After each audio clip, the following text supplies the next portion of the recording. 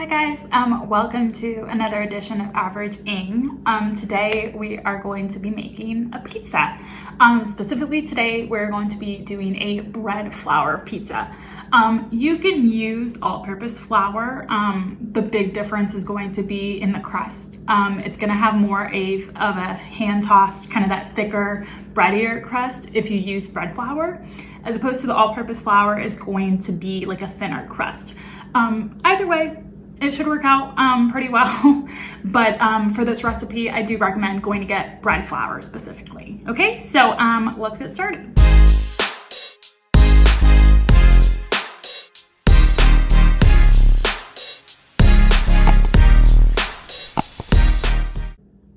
Okay, so before we start, today's recipe is a little bit more specific than kind of the past recipes have been.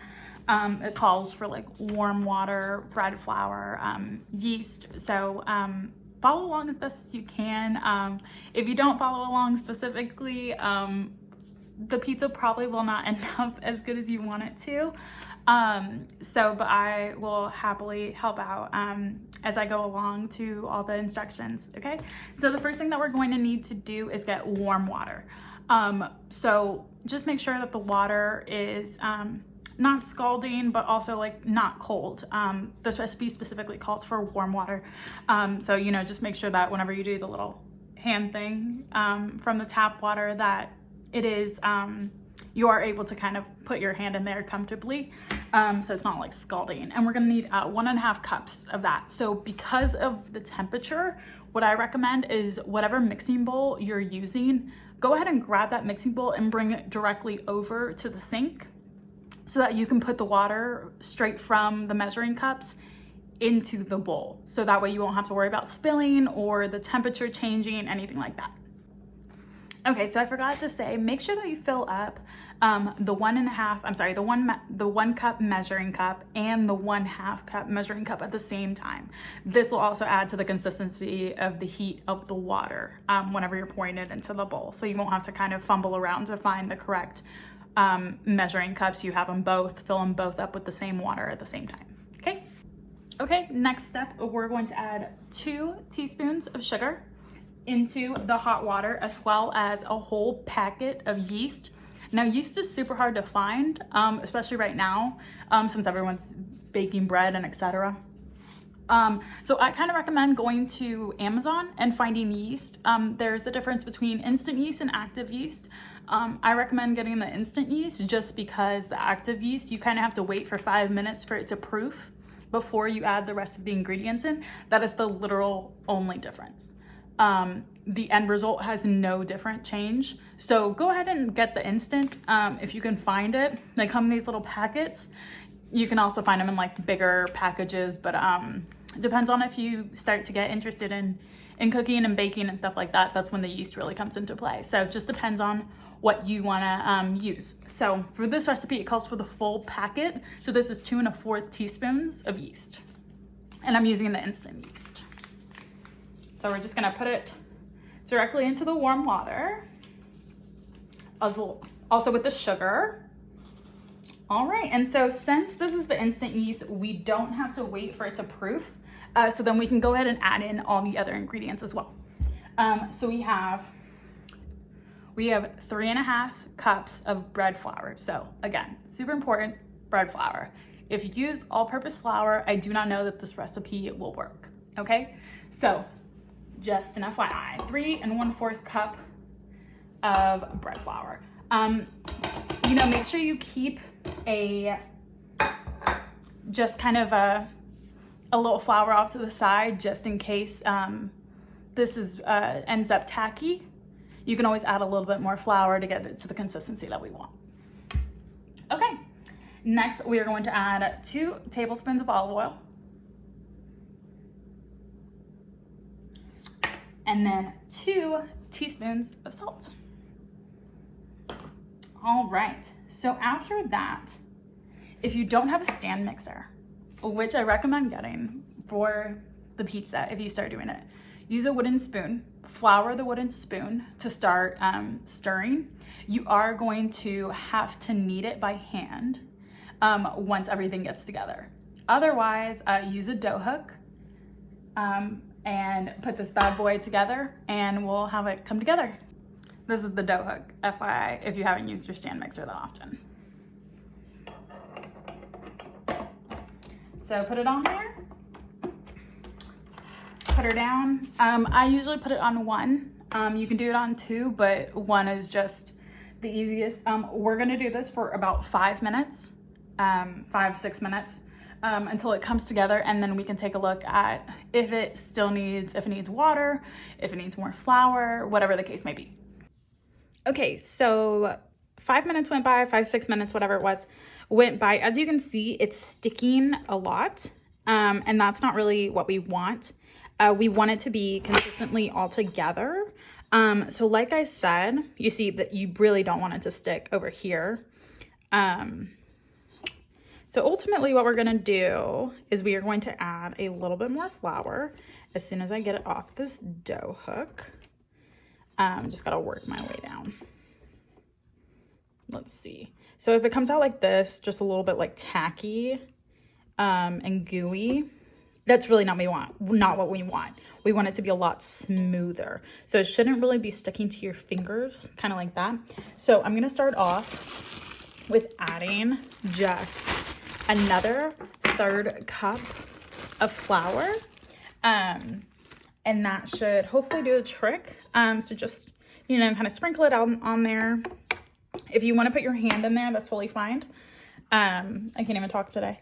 It's totally fine. Just make sure you put flour on it as well, so you can kind of get it out from below, just like this. And that way the flour gets underneath. See, and already better. So we're gonna put it with the dough hook for a little bit longer, and we'll check back in. Great.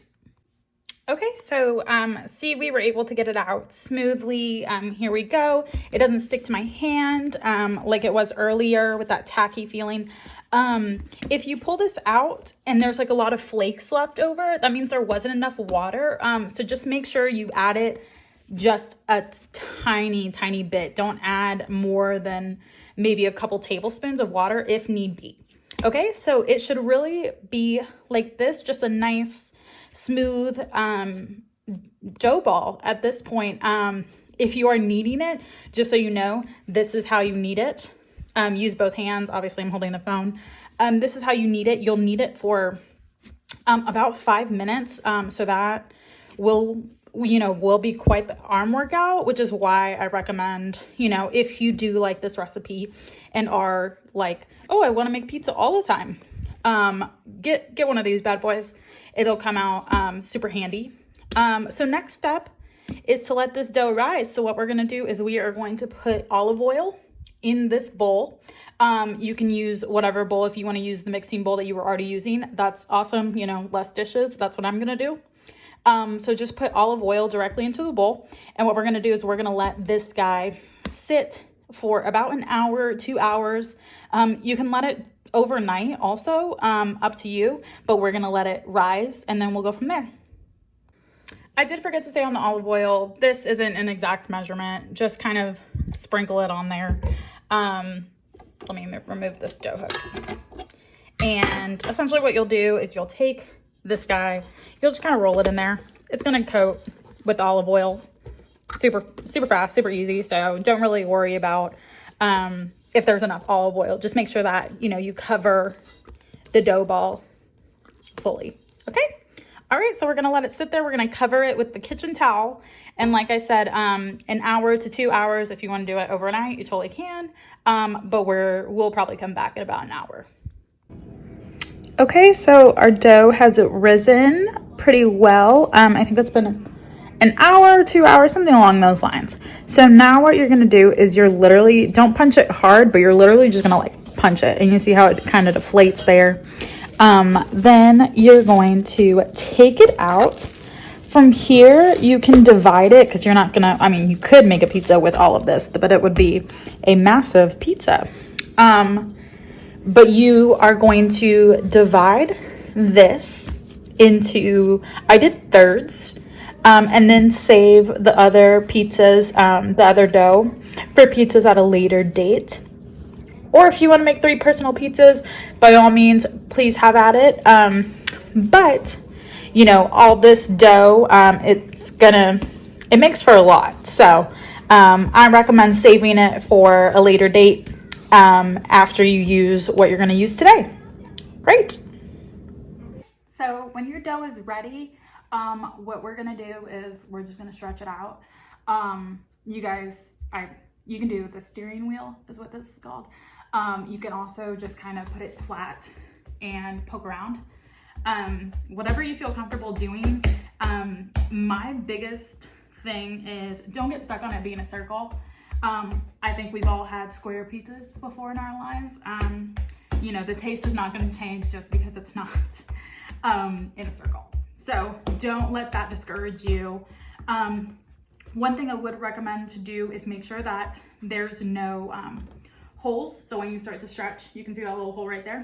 You don't want that. So if you have to restart and kind of get back into a new shape, that's cool too. Don't worry about it. So this this dough I've actually had. So this was from a previous kind of go at making pizzas. The same process that we used here. So make sure that you kind of flour the area that you're using, otherwise the dough's gonna stick. And another thing that I recommend is, you know, the older the dough is, the more stretchy it's gonna be.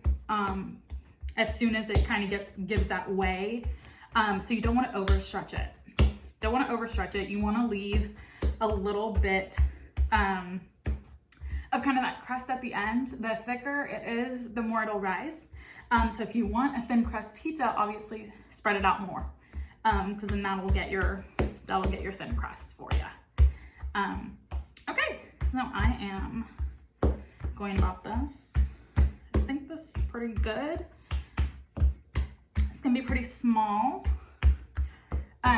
That's totally fine. You know, this pizza is kind of just for me. So if you want to make a bigger pizza, that's obviously going to depend on the size of the dough that you use. Get a pizza pan that is perforated, so it's got holes. That means that the underneath is going to get crispy browned, the way we all like it.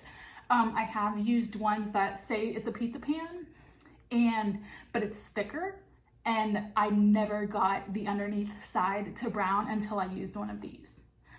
So it doesn't necessarily have to be a rack. They make pizza pans that have perforated holes in them. So, you know, if you want to try and find that, I recommend doing that, because that honestly is really going to make a difference. Because it's bread flour, it's going to rise. I didn't realize that the first time that I used the bread flour. So I had a problem because the dough rose between all of these little holes, and we kind of had to like pry the pizza off in certain places, and the crust got stuck.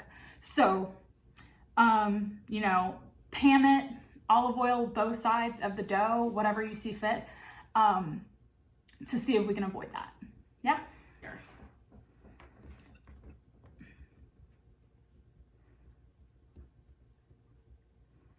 All right, oops, tore that. Not a big deal. Like I said, make sure that you olive oil or Spam or flour the surface that you're using, because otherwise it's gonna rip when you try to pick it up. All right. Okay, so I got my pizza placed. Again, don't worry about the size. Size does not discriminate against taste. So just because it's not a circle doesn't mean it's not gonna taste like pizza. All right, so I'm gonna put this off to the side, and we're gonna start making our sauce. So the first thing that you're gonna want for the sauce is crushed tomatoes. That's what I start with. This can is massive because of the pandemic. I cannot find a smaller can of crushed tomatoes. So this is the can that I used. If you can find a smaller one, more power to you. Please use the smaller version. What I do is I put this on the stove, heat it up just a little bit. It doesn't need to be hot because the pizza is gonna go in the oven. So you can add whatever you want to this, salt, pepper, if that's all you want. I add garlic powder, onion powder. You can use crushed red pepper.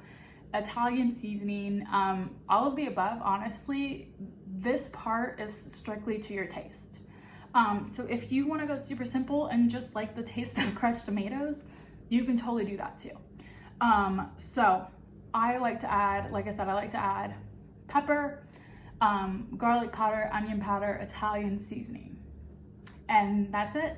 I don't have exact measurements just because I add it until it tastes good, and then I put it directly on the pizza and we're ready to go. So at this point, everything is to taste.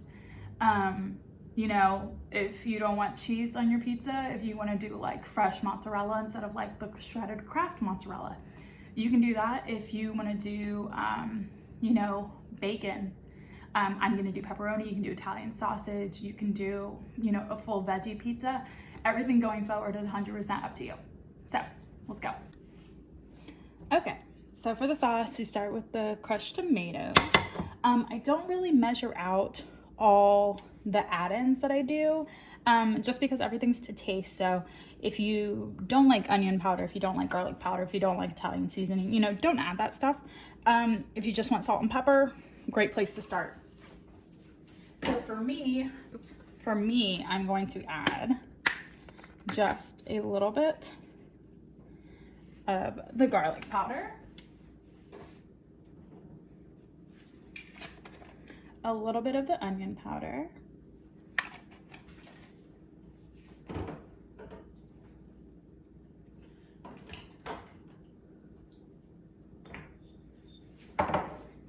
a little bit of the Italian seasoning, just a little bit, and then a couple of grounds of pepper. And that should really be enough for the sauce to kind of come together. You know, there isn't usually that much sauce on pizzas actually anyways. It's less than you think because you definitely don't want the pizza to get soggy and like not be able to cook underneath where the sauce is. So just gonna leave that for just a little bit to heat up a little bit more, and then we'll put it on the pizza. So now we're ready to get the pizza going in the oven. So first thing we want to add is a little bit of olive oil. This doesn't have a measurement exactly either, so just a skosh on top, because what we're gonna do, if you have a little brush like a barbecue brush, you can go ahead and just spread the olive oil onto the pizza. And this will help it brown and kind of give it that pretty color and hopefully a good crunch. All right, so we want to get it all over the crust. Okay. I think we are good and covered now. Next is going to be our sauce. So just take a little spoon, literally like a little spoon, and just put it in like circular motions on the pizza. Didn't realize you can see. Just like this. Okay. Like I said, when I was making the sauce, pizza doesn't actually have that much sauce on it. I think that, you know, you like to think that, or maybe you like more sauce on your pizza. You can totally do that too. Just know that if you put more sauce on there, you risk the dough underneath it not properly cooking. So we want to spread it to the crust. You know, up to you how much crust you want to leave. But, you know, you can do an inch, half an inch. I think that's usually a good amount. Okay, so over here we need to fill some holes. And don't worry if there's like some spots that like look a little bare. When it all comes together, you won't notice that, I promise. But you know, if you are feeling self-conscious about it, just go ahead and add a little bit more sauce right there. Oops. Now I'm dragging it all over the place. All right. Perfect. Let's see. Got a little bit more sauce left. There we go. Okay. Get the middle. All right. So looks pretty good and sauced. Put that aside. Like I said, you don't have to use the Kraft mozzarella. You can use like fresh mozzarella and put like dollops on there like a margarita pizza. We just go with Kraft in this house, so I'm gonna go ahead and use it. The cheese you definitely want to be pretty generous with. I haven't really found like having too much cheese is a problem. So just make sure that you kind of give it a good pat. I like to leave a little bit of sauce, kind of a sauce ring, if you will, around the cheese. So the cheese doesn't completely cover 100% of the sauce, but I'm okay with that. All right, so that looks pretty good. I'm gonna put this aside, and this is where, you know, toppings, anything you want. I've done pepperoni and Italian sausage. I've done pepperoni, spinach, and ham. Always good. I am a pepperoni girl, so I'm going to stick with what I know, and that is pepperoni. So, any kind of pepperoni will do.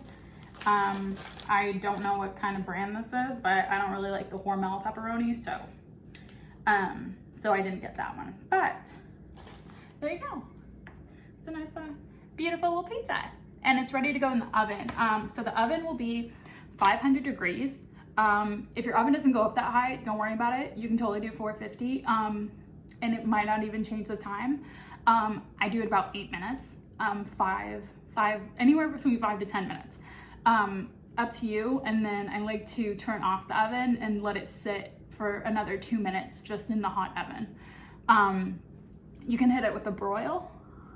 If you do the broil, do it medium for about 2 minutes and watch the whole time, because the second you look away, that pizza's gonna burn. So if you wanna do the broil, totally cool. Just make sure you're paying attention to the pizza, okay? So this is gonna go in the oven for, like I said, about 8 minutes at 500 degrees. And once I see where it is from there, I will determine if I want to do broil or if I just want to take it out. Okay, great. All right, so here is my masterpiece. Ta-da! Looks pretty good. I hit it with about 7 minutes at 500, and then a broil for 2 minutes. So I'm super excited to get into it. Please share, like, subscribe. Let me know how it goes. I'm really curious. It took me many, I think this is like the fifth or sixth time that I've done a pizza. So don't get discouraged if it doesn't look beautiful the first time. It'll taste beautiful, I promise. But you know, keep coming back for more averaging videos, and let me know what I should do next, right? Thanks, guys.